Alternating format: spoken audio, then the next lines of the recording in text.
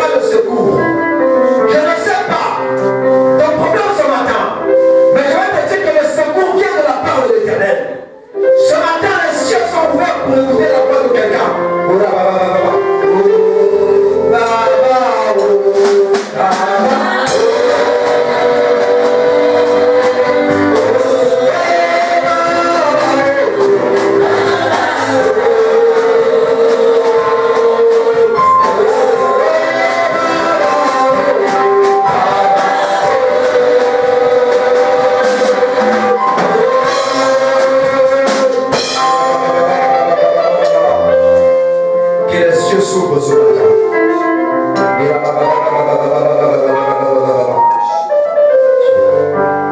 Il a raison parmi nous, mon cœur alors,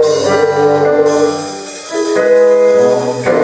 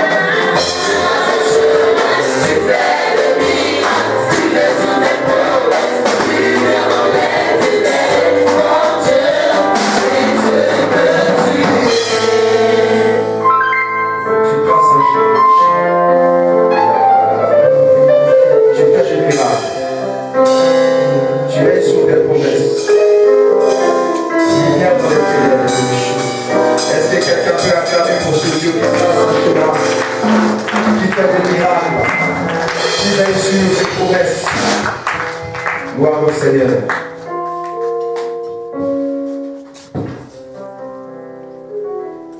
Alléluia. Gloire à Jésus. Nous allons rapidement ouvrir nos Écritures. Genèse chapitre 37.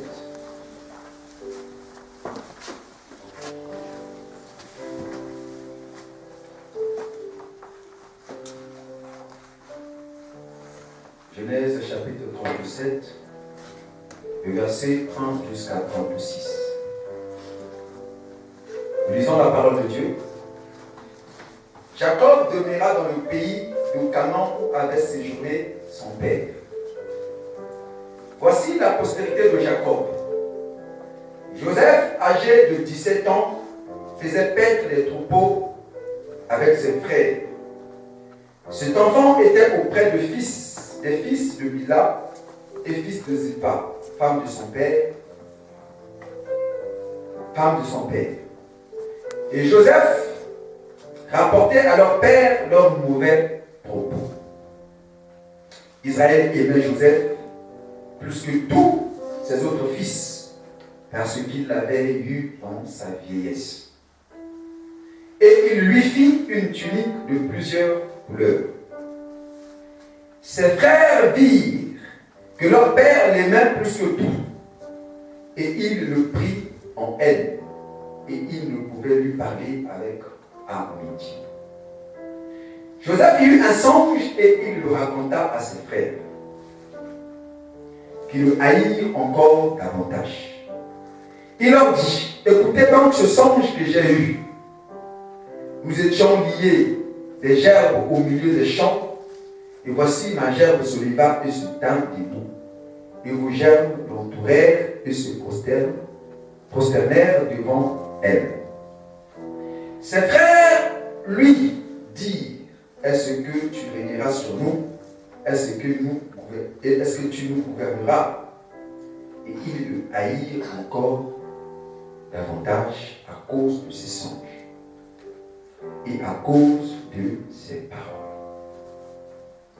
Il y eut encore un songe, et il le raconta à ses frères, et il dit, j'ai eu encore un songe, et voici le soleil et la lune, et les 11 étoiles se prosternèrent devant moi. Il le raconta à son père et à ses frères.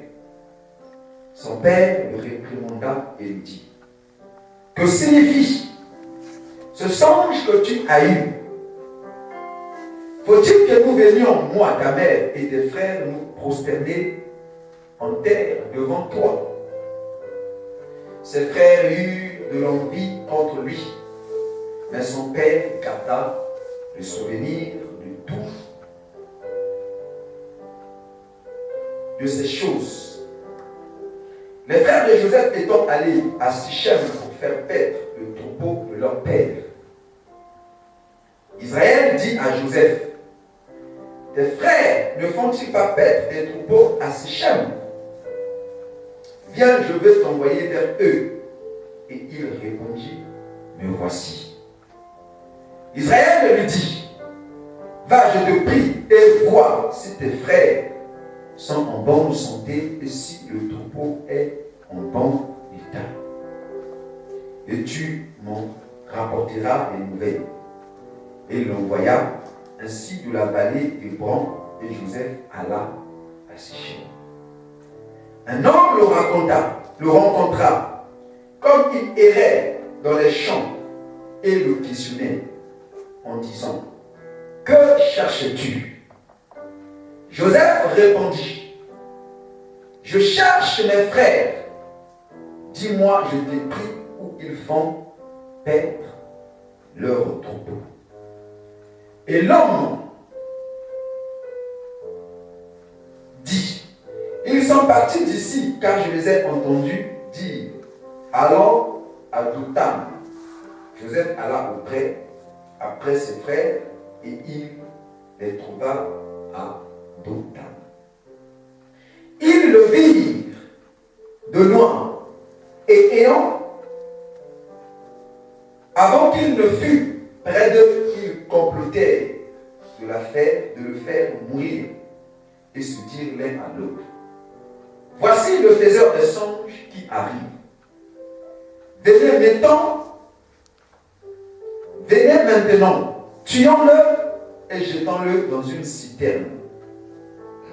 Nous dirons qu'une bête féroce l'a dévoré,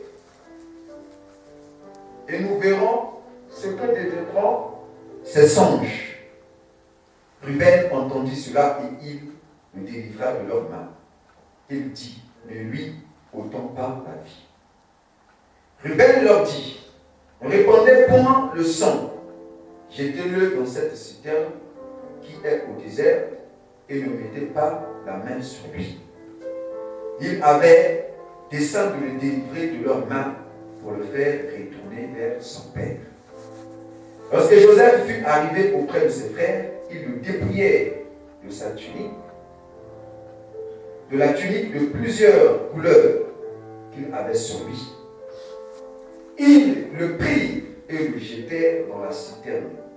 Cette citerne était vide, il n'y avait point d'eau. Ils s'assirent ensuite pour manger. Et en levant les yeux, ils virent une caravane d'Ismaélites venant de Gala. Leurs chameaux étaient chargés d'aromates, de baume, de myrrhe qu'ils transportaient en Égypte. Alors Judas dit à ses frères, que gagnerons-nous à tuer notre frère et à cacher son sang? Venons-le donc aux Israélites, aux Ismaélites, et ne mettons pas la main sur lui, car il est notre frère, notre approchait et ses frères l'écoutèrent. Au passage des marchands Madianites, ils tirèrent et firent remonter Joseph hors de la citerne et le vendirent pour 20 cycles d'argent aux Ismaélites qui l'emmenèrent en Égypte. Ruben revint à la citerne et voici, Joseph n'était plus dans la citerne. Il déchira ses vêtements, retourna vers ses frères et dit, l'enfant n'y est plus. Et moi, où irai-je? Ils prirent alors la tunique de Joseph et ayant tué un bout, ils plongèrent la tunique dans le sang. Ils envoyèrent à leur père la tunique de plusieurs couleurs en lui, faisant dire, voici ce que nous avons trouvé, reconnais-y. C'est la tunique de ton fils ou non?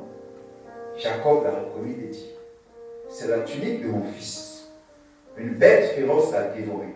Joseph a été mis en pièces. Et il déchira ses vêtements et il mit un sac sur ses reins. Et il porta longtemps le deuil de son fils. Tous ses fils et toutes ses filles vinrent pour le consoler. Mais il ne voulut recevoir aucune consolation. Il disait, c'est en pleurant que je me rendrai vers mon fils au séjour des morts. Et il pleurait son fils. Les Madianites le vendirent en Égypte à Potiphar, officier de Pharaon, chef des gardes. Parole de l'Éternel. Est-ce qu'on peut acclamer pour Dieu?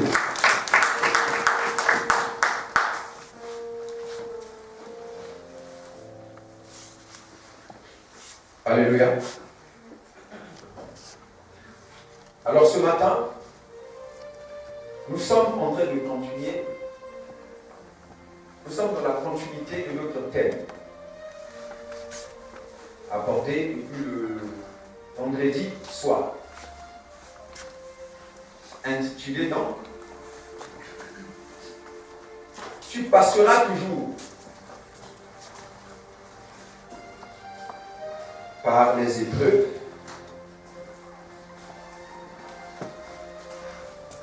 avant de voir ».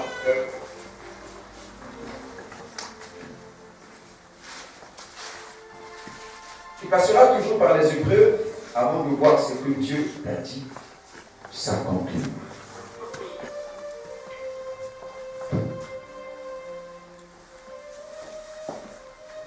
Alléluia. Tu passeras toujours par les épreuves.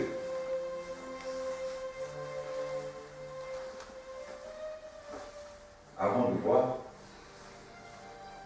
ce que Dieu t'a dit s'accomplir.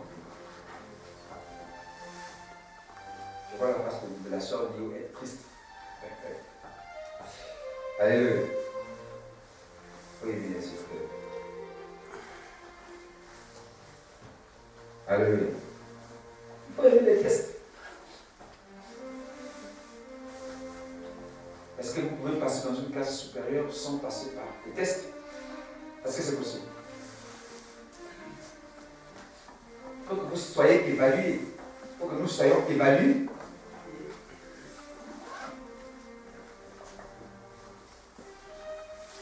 C'est dans les épreuves, dans les évaluations, que nous montrons de quoi nous sommes capables. Alléluia. Nous montrons notre diligence. Alléluia. Alors, j'aimerais que l'Église puisse m'écouter avec attention. Vous savez, le Saint-Esprit, selon Jean chapitre 14, le verset 26, est un enseignant. Alléluia. Le Seigneur Jésus l'a dit. Il a dit le consolateur. le Saint-Esprit, lorsqu'il viendra, il vous enseignera toutes choses. Suis-moi bien, je vais pas vous dire. La Bible dit quoi? Toutes choses. Vous avez déjà fini par comprendre quelque chose? Que, en vérité, les chrétiens que nous sommes, on devait être les gens les plus intelligents de la terre. Qui croit ça? Vous savez pourquoi? Parce que nous avons une personne qui connaît toutes choses. Alléluia. Je prends un exemple. Si tu as ton père qui connaît toutes choses, ton père connaît toutes choses. Sur quoi tu vas encore être petit? Tu vis avec ton père dans la même maison. Ton père connaît toutes choses. Les mathématiques, il te répond. La physique chimie, il te répond. La biologie, il te répond. Le français, il te répond. La médecine, il connaît. L'économie, il connaît. Maintenant, toi, en quoi tu vas être petit? Alléluia. En quoi tu vas être? Le Saint-Esprit vit en nous. Et la Bible dit qu'il connaît toutes choses. Il vous enseignera toutes choses. Frère,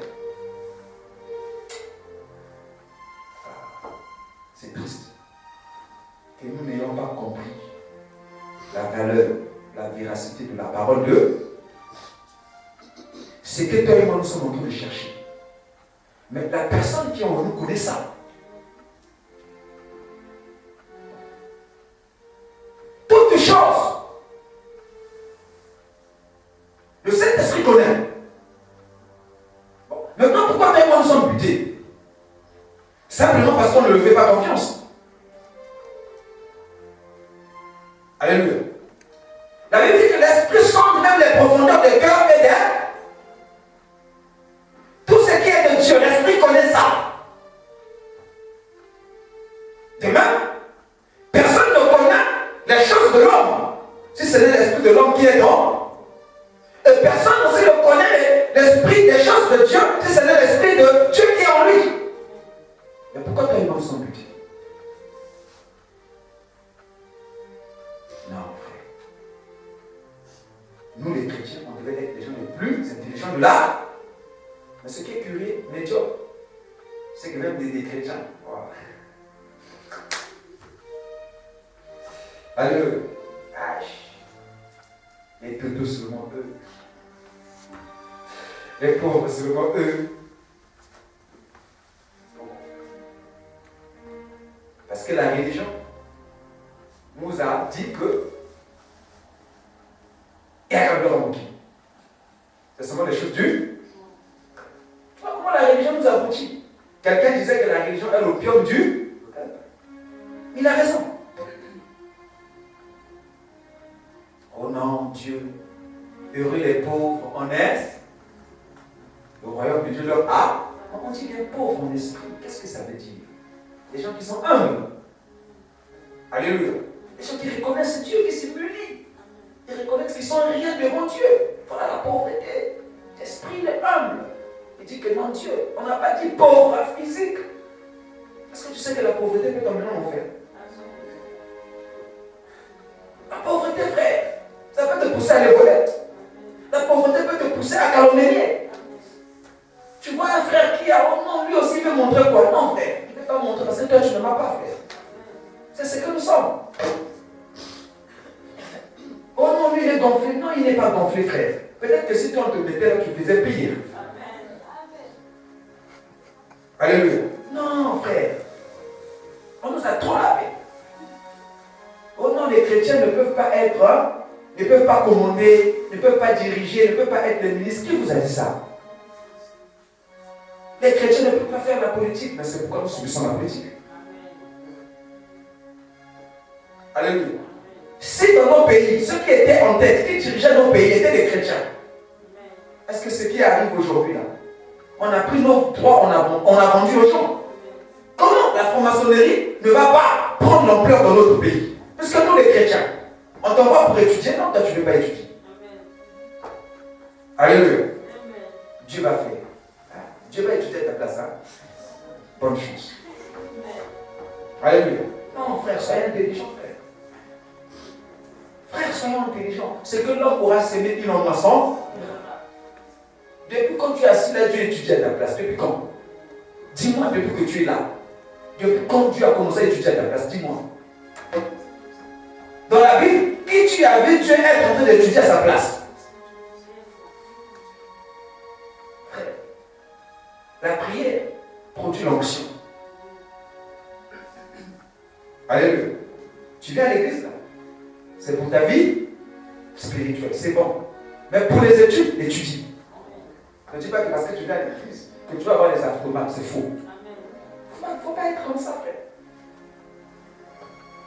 Il faut mélanger les deux. Il y a un temps pour toutes choses, frère.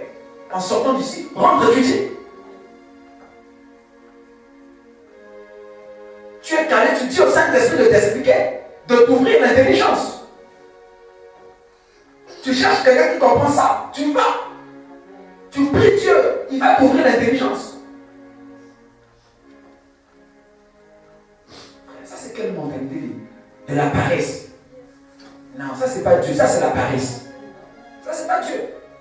Dieu n'est pas paresseux, ça, c'est la paresse. Oh, nous, on sert seulement Dieu. Nous, c'est seulement Dieu, frère. Sert Dieu. Seulement Dieu, les autres vont avoir des diplômes. Parce que toi, tu ne veux pas étudier. On t'a dit que si on sert Dieu, on n'étudie pas. Qui t'a dit ça? Le Saint-Esprit vous enseignera tout heure. Pourquoi il enseigne? Parce qu'il ne veut pas que vous soyez ignorants. Alléluia. L'ignorance n'est pas de Dieu. Tu n'as pas lu là-bas que mon peuple est détruit parce qu'il manque là.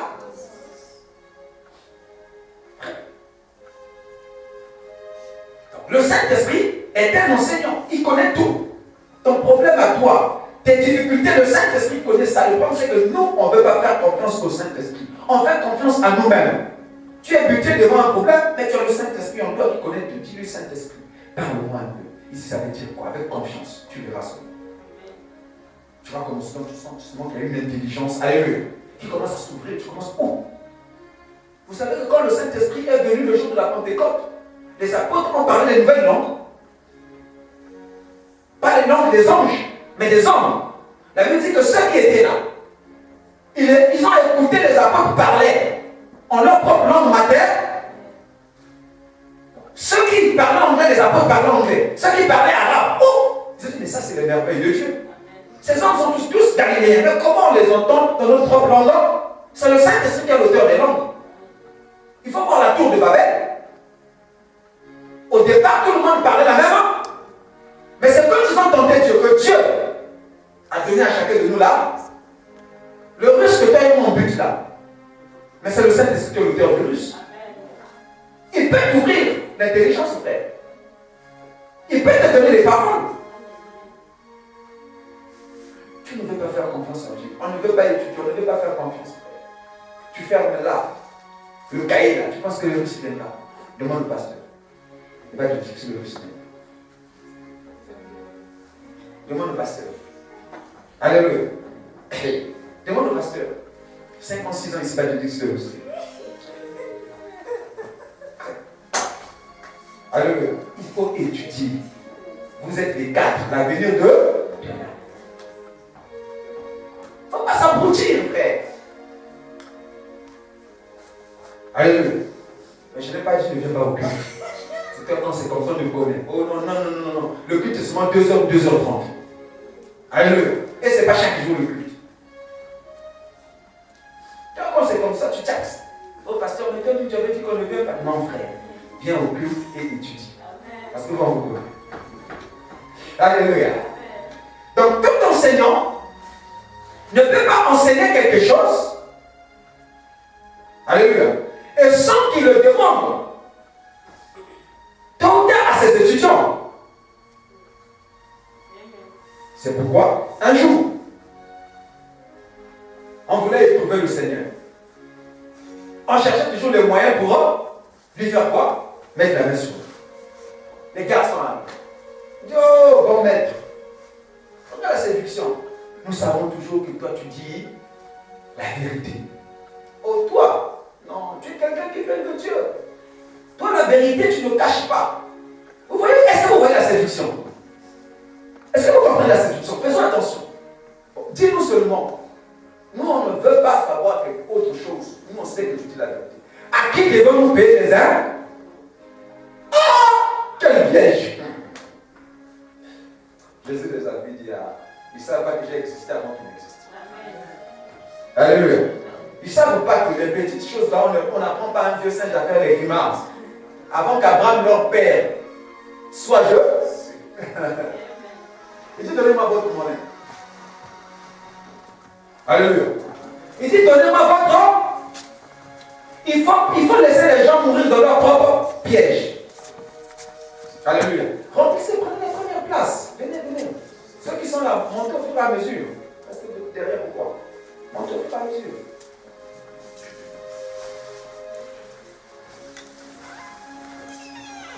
Alléluia. Montrez, prenez 4 au fur et à mesure, là où sœur Jolie est. Et puis derrière, il y a déjà 4 personnes. Montez au fur et à mesure. Alléluia. Et le Seigneur leur posa la question.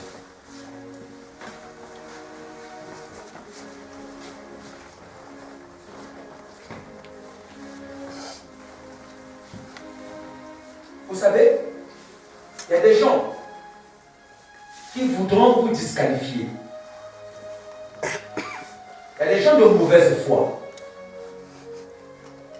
Alléluia. Ils vont chercher par tous les moyens pour vous disqualifier. Et je dis non, on sait que toi tu dis la vérité. Toi la vérité même c'est toi. À qui devons-nous payer? Or tout ça c'était pour eux, de prendre le piège, de créer des problèmes avec César. Alléluia. Elle me dit, Jésus a pris. Il dit, montre-moi une pièce. Il montre la pièce. Il dit, à qui? Ici, sur cette pièce-là. À qui appartient cette pièce? Alléluia.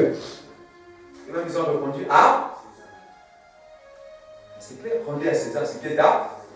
À Dieu ce qui est d'art. Alléluia. Qu'est-ce que je veux dire par là? Un enseignant, s'il t'enseigne quelque chose, sache-le que tu dois le rendre tôt ou tard. Est-ce que quelqu'un me comprend? Donc, le Saint-Esprit aussi qui est un enseignant, il veut que tu saches que s'il t'enseigne quelque chose, c'est que tu lui rendras tôt ou tard. Alléluia. Vous constaterez que depuis un certain temps, Dieu est en train de nous parler sur les épreuves. Pour ceux qui viennent à peine d'arriver, notre terme s'intitule « Tu passeras toujours par les épreuves » avant de voir ce que Dieu t'a promis se réaliser. Alléluia. Donc Dieu est en train de nous parler sur les épreuves. S'il nous parle sur les épreuves, c'est qu'il y a une femme, il y a un homme que Dieu veut le prendre et l'emmener quelque part. Alléluia. Alors souvenez-vous que j'ai déjà enseigné en ces lieux que les épreuves ne viennent pas pour nous faire mourir, pour nous faire périr. Alléluia. Mais les épreuves sont ce qu'on appelle les tests. Alléluia. Elles viennent pour que Dieu nous prenne d'un lieu à un autre lieu. C'est comme à l'école. Vous ne pouvez pas quitter une classe. Aller dans une autre classe. Vous ne pouvez pas aller dans une classe supérieure sans qu'on vous évalue. Sans qu'on vous teste. N'est-ce pas? On doit vous évaluer. Vous donner des épreuves. Et ces épreuves-là ne viennent pas pour vous tuer. Mais elles viennent pour faire quoi? Pour vous faire changer de classe. Alléluia. Alors plus aussi, vous êtes en train de monter en classe. Plus aussi les épreuves sont en train de changer. Notre doyen qui est là. Doyen, les épreuves qu'on t'a données quand tu passais ton doctorat, est-ce que c'est les mêmes épreuves quand tu passais la licence? C'est pas les mêmes. Tu vois qu'en doctorat, c'était plus dur. Pourquoi? Mais parce que tu passais dans une classe qui était. Alléluia. Donc plus ta destinée aussi est grande, plus tes épreuves aussi seront dures. Dieu n'est pas injuste. Plus ton élévation est grande, plus aussi ta coupe sera difficile. Alléluia. J'ai compris encore quelque chose que derrière chaque élévation s'attache une coupe. C'est pourquoi toutes nos épreuves ne sont pas pareilles. Alléluia. Ça dépend de ta destinée.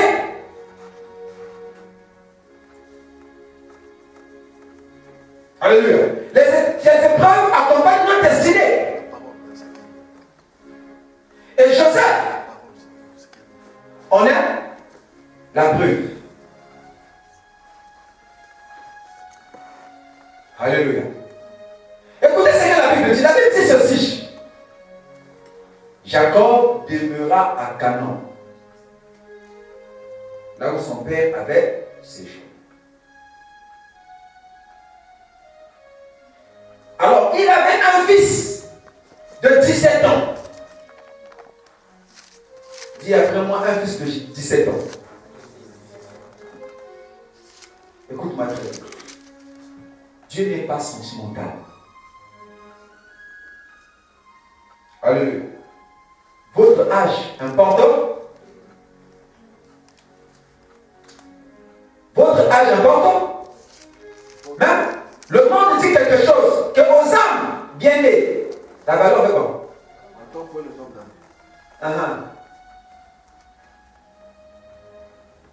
Est-ce que Joseph, Dieu a attendu 30 ans? Est-ce qu'il a attendu 40 ans? Je vais t'emmener quelque part. Pour Dieu, ton âge importe peu. Ce qui importe à Dieu, c'est ta destinée. C'est des choses qu'il a prévu de faire avec toi. Alléluia. Et ce que Dieu a prévu de faire avec toi a des capacités de faire à ce que tu surmontes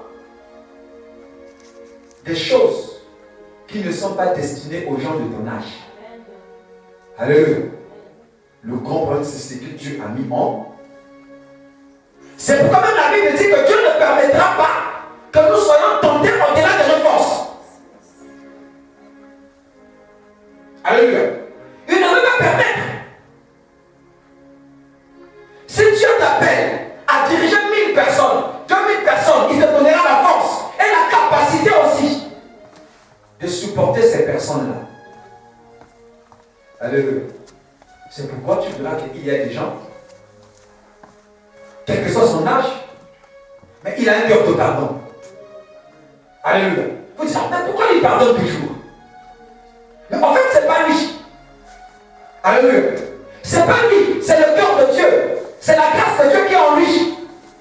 C'est pourquoi Paul disait, en disant qu'il a travaillé plus que tout. Les apôtres, mais il dit, mais toutefois pas moi. La grâce de Dieu qui est en. Parce que Paul a fait la révélation que la grâce de Dieu en moi a des capacités. C'est la grâce qui fait le travail, ce n'est pas moi. 17 ans. Comment à 17 ans, un enfant de 17 ans, de telles choses peuvent lui arriver? Vous savez, on peut dire que Dieu, c'est quelqu'un qui n'a pas de cœur. Oui, Dieu n'a pas de cœur. Surtout lorsqu'il veut accomplir sa parole. Lorsqu'il a quelque chose à accomplir. Avec. Alléluia. C'est d'abord pour ses intérêts. Souvenez-vous que Dieu avait dit à Abraham que après toi, ta descendance va aller dans un pays étranger. Là où ils seront assujettis pendant 430 ans. Alléluia. et moi je descendrai, je vais frapper la nation dont ils étaient à. Donc vous voyez, c'est que c'était le plan de Dieu. À cette époque, l'Égypte était la puissance mondiale, la première puissance magique, la première puissance économique mondiale. Mais Dieu voulait enseigner à cette nation il voulait que son nom soit reconnu dans cette nation. Il fallait qu'il fasse quoi? Il fasse un plan. En fait, c'est que tu es en train de vivre, toi tu es le plan de Dieu.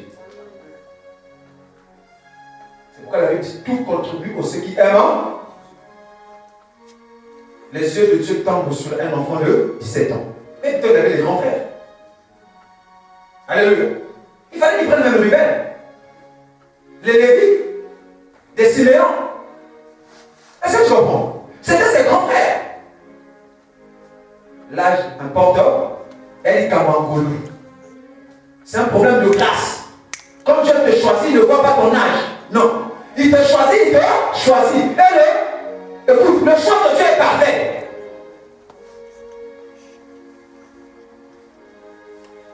La Bible dit qu'il avait un enfant de 17 ans qui faisait paître les troupeaux avec ses frères. Alléluia. Écoutez ce que la Bible dit. Il dit que Jacob aimait Joseph plus que tous ses frères. La Bible mentionne parce qu'il avait eu Joseph dans sa vieillesse. Alors j'avais dit ici le vendredi que moi j'ai encore compris quelque chose. La raison qui faisait, une des choses qui faisait à ce que Joseph, l'une des raisons qui faisait que Jacob puisse aimer son frère, son fils, plus que tous ses enfants, c'était pas parce que il avait eu Joseph dans sa vieillesse, non. Si c'était le cas, il allait aimer Benjamin. Alléluia. Parce que c'est Benjamin qui était plus dans la vieillesse. Je dis ici, si Jacob aimait Joseph plus que tout le monde, c'est parce que Jacob, étant serviteur de Dieu, étant un oint de Dieu, il avait reconnu la grâce de Dieu en Joseph. Alléluia. Et j'ai dit que les pères que nous sommes, nous avons cette capacité-là de reconnaître la grâce de Dieu. Alléluia. Et autre chose, la Bible dit ceci. Joseph n'était pas dans les conciliabules de ses frères contre son père. Quand ses frères complotaient contre son père, Joseph n'y était pas. Il rapportait le mal. Il rapportait ce que eux disaient contre leur père. Joseph rapportait. Parce que Joseph ne voulait pas. Il disait que son père a un Dieu. Il ne veut pas qu'il soit trouvé injuste devant le Dieu de son père. Il disait, même si je ne suis pas là, mon père n'est pas là, mais son Dieu fait quoi? Or la Bible dit quoi? Ne maudit pas le prince, ne maudit pas le roi, sinon les oiseaux vont apporter là les nouvelles. C'est une parabole. Ne maudis pas ton roi. Les oiseaux vont apporter la nouvelle parce que c'est injuste. Il est écrit que tu ne parleras pas le mal du chef de ton peuple. Tu ne parleras pas le mal. Dieu permettra à ce que les oiseaux là, qui sont autour de toi là, partent de te réclamer. Alléluia. Joseph, Jacob avait reconnu la grâce de Dieu dans la vie de son fils. Et qu'est-ce qu'il fait? Il fit faire à son fils une belle tenue. Un habit de multicouleurs. Nous avions expliqué ça sur le vendredi. Écoute-moi, je vais dire à quelqu'un. Quand Dieu t'ouvre les yeux, tu reconnais ton Joseph. Entretien Joseph. Alléluia. Entretien Joseph. Rêvez Joseph d'un habit de gloire. Tu sais pourquoi? Parce que Joseph est ton avenir. Alléluia. Joseph sera ta provision au moment de la sécheresse. Alléluia. Révèle Joseph, entretient Joseph. Même si Joseph a les songes, plus grands que tes songes. Même si Joseph a la vision, plus grande que ta vision. C'est ton fils. Entretient. Vous savez, les erreurs que les pères spirituels font, c'est quoi? Quand tu reçois un enfant, puis t'emmène des visions qui concernent sa destinée. Des visions que même Dieu ne te l'a pas encore montrées pour ta propre destinée. Il devait comment? Jaloux. Alléluia. Ne sais-tu pas que cet enfant-là, ça sera ta provision demain? Quand la chasseresse frappera ta maison. Alléluia. C'est pourquoi je sens de t'entretenir. Tu es mon Joseph. Alléluia. Viendra un jour où je serai confronté à la chasseresse. Non à cause de mon péché, ou bien non parce que Dieu m'a abandonné. Non, simplement pour que Joseph fasse son ministère. Parce que Joseph a un ministère auprès de Jacob. Comprends ton Joseph, entretient-le. Joseph a un ministère. Il te le rendra. Le ministère de Joseph. C'est le ministère de la provision. De toute une famille. Yes. Tu ne veux pas entretenir Joseph, hein? Amen. Attends, tu seras sauvé. Entretien, hein? Joseph. Dis à ton voisin, entretien Joseph. Entretien Joseph. Même si les autres peuvent dire, non, c'est comme ça, entretien Joseph. Amen. Joseph, c'est l'avenir Amen. de tout un peuple. Yes. C'est l'avenir de toute une nation. C'est ton avenir. Alléluia. Laisse-moi t'entretenir, frère. Laisse-moi t'entretenir. Alléluia. Demain, quand je serai vieux. Alléluia. Quand je serai dans ma vieillesse. Amen. Avant que j'aille me reposer auprès de mes pères. Abraham, Isaac et Jacob. Je dirais certainement, c'est assis. Joseph vit encore. Je vais le voir. Alléluia. Je le vais mieux. Amen. Je vais entrer dans sa bénédiction. Ouais. Ne crains pas. Il faut que Joseph parte. Dis à ton voisin, il faut que Joseph parte. Il faut que Joseph. Joseph a une mission. Si Joseph ne part pas, mais ton nom demain, qui va l'assurer? Amen. Hein? Accepte des fois de se séparer de Joseph. Dieu a accepté de se séparer de Jésus. Yes. Si Jésus ne venait pas, qui devait assurer le lendemain? Yes. Il faut comprendre les choses. Avec Dieu, on perd pour gagner. Amen. Alléluia. Jésus n'a-t-il pas dit que celui qui veut perdre, celui qui perdra sa vie verra quoi? La retrouvera. Mais celui qui veut la conserver va la perdre.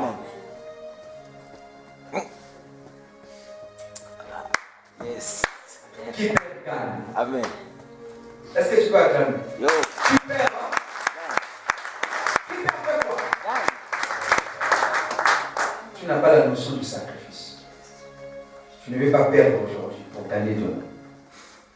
Il y a des choses, frère, qui font mal. Frère, Dieu te demandera, Dieu te demandera que ce qui est précieux. Dieu ne te demandera pas ce qui est léger. Tu avais un fils ou une fille qui soutenait le ministère, qui était là. Tu as seulement dit, ouf, l'enlève. L'en fait partie. Ah, le ministère qui va. Reste calme, l'en fait aller. C'est la provision. Alléluia. Il est parti devenir roi quelque part en Égypte. Il faut que Joseph ne parte en Égypte. Parce qu'il a des solutions pour les Égyptiens, frère. L'Égyptien ne faut pas beaucoup l'imiter. Yes. Quand Joseph ira là-bas, il donnera la solution au roi. On n'a jamais vu une personne parler, jamais un homme a parlé comme ce. Qu'il devienne l'autre. Et quand tu auras souvent le coup de fil. Papa, viens ici. Aïe. Joseph a déjà fait. Yes. Est-ce que tu as fait Joseph? Amen. Il faut comprendre Dieu. Dieu, c'est quelqu'un d'extraordinaire. La Bible dit, à cause, puisqu'il aimait Joseph, il a relevé Joseph d'un vêtement. Yes. Est-ce que tu sais?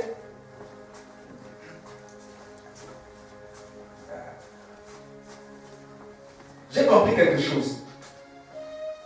Vous savez, vous pouvez dépouiller le vêtement extérieur, mais le vêtement intérieur. Yes. En fait, c'est que vous êtes en train de voir extérieurement. Yes. C'est la manifestation de monde intérieur. Yes. Amen. Est-ce que vous êtes en train de Amen. Vous pouvez débarrasser Joseph de son vêtement. Amen. Vous l'envoyez en Égypte sans vêtement. Mais le vêtement était dit non. Alléluia. Ce n'était pas extérieur. Vous n'avez pas encore compris. Amen. Alléluia. Il faut qu'on comprenne le langage de Dieu. En fait, Dieu est prophétique, frère. Même l'habit que Jacob a enlevé à son fils, c'était seulement montrer la position de son fils. La position, il fallait d'abord que Joseph ait une position auprès de Jacob, qui est le type de Dieu. Yes. Ça commence d'abord depuis chez toi. Amen. Jacob a dit sur la terre, je vais honorer la grâce. Si tu n'honores pas la grâce ne te honorera pas. Je vais honorer Joseph. Je vais revêtir Joseph de son vêtement. Demain, il reviendra, je serai honoré. Est-ce que tu vas comme ça? Jacob est au garde à vue. Quand bien même il écoutait les songes. Vous savez que Jacob croyait aux songes. Alléluia. Parce que lui-même, il savait que Dieu parle cependant quand tu non. Il parle par des songes et des visions. Toi qui néglige les visions. Dieu a commencé à parler à Joseph. Par quoi? Par des visions, frère. Ne néglige pas les songes, frère. Les songes, c'est le langage de Dieu, frère. Alléluia. Dieu, quand il te parle, c'est pour que tu aies la foi. Il est en train de te montrer dans l'avenir, frère. La Bible dit que son père lui revêtit d'un vêtement de grâce. L'homme ne récolte que ce qu'il a semé. Alléluia. L'homme ne récolte que ce qu'il a. Il a commencé à honorer son fils. Il a commencé à honorer son fils. Il disait à son fils, je crois en toi. Le vêtement que je t'ai donné là, c'est pas en vain. Un vêtement est une identité.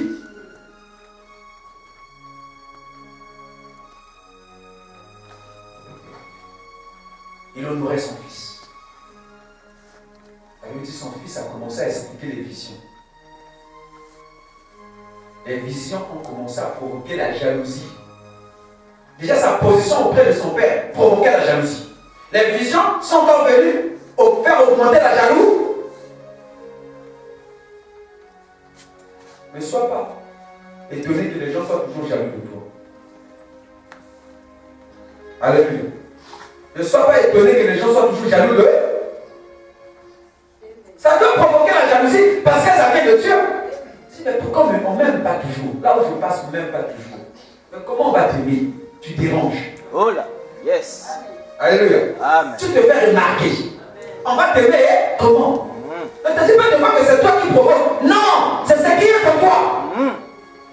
Yes. Nous, des fois, on a tendance à se culpabiliser. Alléluia. Mais pourquoi ici, on ne m'aime pas? Alléluia. On invite les autres, mais moi, on ne m'invite pas. Sois calme, mon frère. Yes. On craint. Il y a personne qui t'invite là. La grâce qui va s'exploser là, ça risquera de faire des dégâts. On commence à faire partir le mal de toi. On te pousse sur les eaux d'Élysée, c'est pas grave. Vous savez aussi, il y a des gens, quand tu dis trop le mal de lui, il va faire la curiosité. Hein. Je vais aller voir. La nature nous enseigne quoi? On lance la pierre seulement à une mangue qui est mûre. Tu la mangue qui est mûre. C'est pourquoi il faut qu'on te lance les pierres. Et un jour, ses frères qui étaient partis perdre les troupeaux de leur père. Le papa appelait son fils. Wow. C'était pour la dernière fois qu'il allait voir son fils. Et il devait encore le revoir après 13 ans. Frère, il y a des choses qui font mal. Alléluia. Il appelle son fils. Vous savez, j'ai compris quelque chose. Il y a toujours quelqu'un dans notre vie qui va nous introduire dans notre destinée. Alléluia. Il y a l'homme qu'on appelle Jacob. Amen.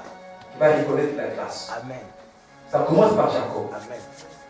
Même tes ennemis, waouh, ils ont un rôle à jouer. Amen. Ne les critique pas. Sois calme. Ne leur veux pas. Ne leur veux pas du. Ils sont là. C'est des pions. Alléluia. Ils ne sont pas là en vain. Ceux qui te calomnient, ils te poussent à chercher Dieu. Ceux qui disent le mal de toi, ceux qui t'insultent, ils te poussent à faire quoi?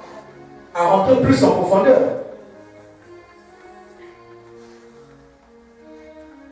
Jésus lui le côté à le côté. Amen. Alléluia. Yes. Il faut comprendre qui est ton Jacob. Ça commence par Jacob. Jacob dit, mon fils va. Yes. Joseph va. Regarde la vie. Ton père te fera entrer dans ta destinée. Amen. Va voir tes frères et rapporte-moi les nouvelles du troupeau. Est-ce qu'ils vont bien? Et est-ce que le troupeau va à Shichem? Alléluia. Or, Shichem n'était pas l'endroit approprié pour que Joseph soit vendu. Alléluia. Ce n'était pas l'endroit approprié. Peut-être si Joseph était vendu là-bas, Jacob allait avoir la révélation que Joseph n'était pas tué. Amen. Alléluia. Il y a des mystères, frère. Son père m'envoie où? Curieusement, ses frères qui étaient à Shichem ont fait quoi? C'est ça, ils ont changé dans le temps, ils sont partis à Dothan. Or là-bas, à Dothan, ceux qui achètent les esclaves devaient passer là. À Shichem, ceux-là ne passent pas. Il faut comprendre les choses de Dieu. Les marchands d'esclaves ne passent pas à Shichem. Le plan de Dieu devait être échoué. Or, le plan de Dieu, c'est que Joseph soit protégé. Il arrive jusqu'en Égypte. Dis-moi Amen, j'avance. Amen. Pourquoi j'ai besoin? J'ai besoin. Alléluia. La Bible dit quand il arrive à Shichem, waouh, là-bas il le rencontre, il ne voit pas ses frères. Mais il y a l'homme de la vallée qui est sorti. Amen. Melchisedec. On ne parle pas de sa généalogie. Yes. On ne parle pas de ses parents. On ne parle pas de son village. On dit c'est moi un homme à Paris dans là. Waouh! Oh, c'est le même homme qu'il y avait à Paris à Abraham. Hein?